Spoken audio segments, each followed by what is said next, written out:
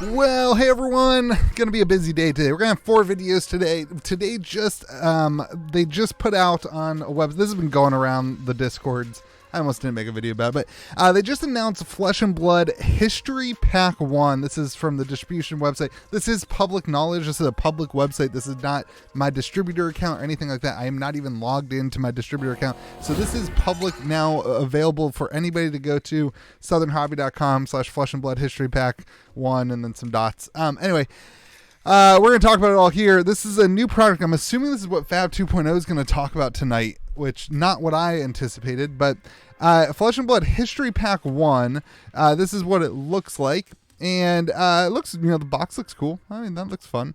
It looks like 36 packs compared to 24 packs. So it's going to be a little bit taller. Tonight we're going to be opening a alpha box and an arc box while we read the Flesh and Blood 2.0 announcement. It'll be fun. So, History Pack 1, what is this? It includes key cards from Welcome to Wraith, Arcane Rising, and Crucible of War in white border and contains no foils. 36 packs. Alright. This is, okay, let's start at the beginning. This will be great to get the product really cheap for players. This is a great product to bring down the value of all cards so that it's really, really cheap to play the game of Flesh and Blood. That is what this will do. It will make the game a lot easier to get involved in, and it will make the game cheaper to play. The question is it really going to make how much cheaper can it really get? What I've done is gone to TCG Player, sorted market high to low on this is just WTR, Arcane, and Crew. And so the most expensive right now card that I would call a key reprint would be Command and Conquer. And Command and Conquer is a much needed reprint. I actually think Command and Conquer is a needed reprint. I don't want it to be super cheap, but $86 for a playset, it's a little too much. I do think I would, you guys heard me say I wanted to see Command and Conquer in Everfest. Not to tank the value, but to get the value down to $40-$50. I think that's an acceptable price for the high-end card, especially that's a generic card that can be used all the time.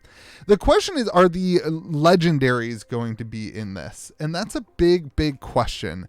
They say key cards, so we're not seeing all the cards. Includes key cards from Welcome to Wraith, Arcane, and Crucible of War. We are in very much a player's market, and so I don't particularly think that any player is going to... The majority of players, let's go 75% of players, are not going to care whether they have a white or black bordered card. My gut is that majority of players will end up just going with the cheapest version of the card. We have seen this happen with First Edition and Unlimited. I guess I just don't understand if we were going to do this, if this was the plan all along, and maybe they'll get more information on Fab 2.0 about what their plan is to the game. If this was the plan all along to have a history pack, which mind you comes out, release date is in less than a month. This release date, the order is due for in 8 days for storage, and the release date is it's in less than a month. What is going on? So in less than a month we'll have this. So the question, I don't know, is is it needed? And I assume Fab 2.0 will give us some more clarity on this tonight. Very much looking forward to reading the stream and understanding this. But in my opinion, what cards are you going to reprint? The only cards that are really needed. So let's do Spinal Crush is a $5 card.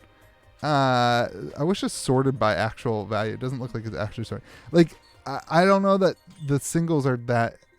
What we need is reprints of the legendaries to make the legendaries cheaper if you want to really lower the barrier of entry for the game. But some of the legendaries are already really cheap. We definitely don't need more scabskin leathers. We definitely don't need more. I don't know. I guess we could use more masks. I guess basically these are going to be the non-foils. I was under the impression though that this is what the supplemental sets were supposed to do, were to be able to tie in and basically any reprints we needed. That's kind of what the conversation used to be about supplemental sets. But $65, that doesn't seem I don't know. Anyway, this is the new product that's out. I'm very curious to hear your thoughts on this. I don't want to get too ahead of my thoughts. I'm very curious to hear your thoughts. Very curious to hear Fab 2.0 tonight. It'll be interesting to see how heavily printed these are.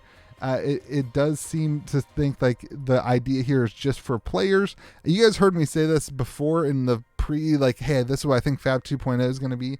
I kind of thought it was going to be, hey, we're now just a regular TCG that is really gravitated towards, getting players what they need. This kind of lines up with that, kind of slow growth of investable product. This is going to be a hit on, what this is a hit on big time is stores that have WTR and Crucible of War still sitting. And Arcane Rising is one of those ones that we just haven't had that much, print of. But WTR, they basically printed 1 million boxes of it and were like, hey, everybody take this because you're going to be able to sell it at your WTR event. And now they're like $61. They're like, this person's not making any money off of that box. Like, hypothetically, depending on what distributor they got from, they're losing money after shipping and fees.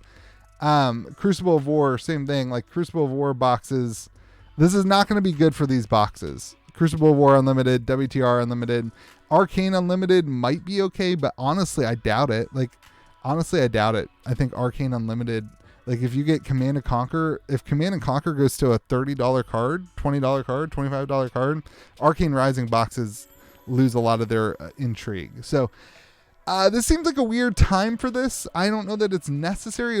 Hopefully we see Fab 2.0 tonight and can get a little bit more clarity on this, but I know that a lot of the people in the community and a lot of the stores are going to be a little bit taken back by this. That's my gut. We've talked about on the channel that I want the game to be, when they printed out the Crucible of War, I was like, uh-oh. Like, why? We need the cards. But then they just kept throwing supply. It was like it went out of print, but it still was it was still pretty available.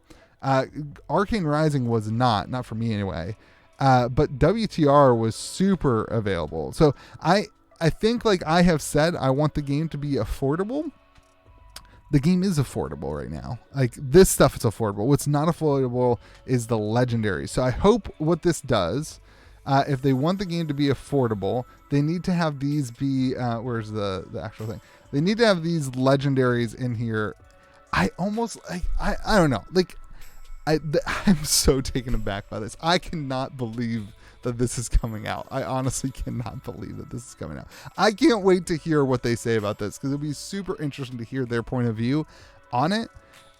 Maybe my gut says that this is a product that they're able to print a metric ton of and get into get printed in different languages and then distributed around the world.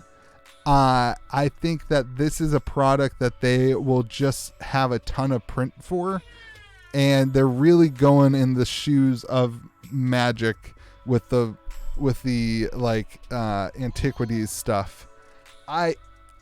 We'll see. We'll talk about this later more. I just wanted to share the news with you. I'm very curious to hear your thoughts. Let me know them in the comment section. Remember, be kind to the people around you. Let me know what you think about Flesh and Blood History Pack 1.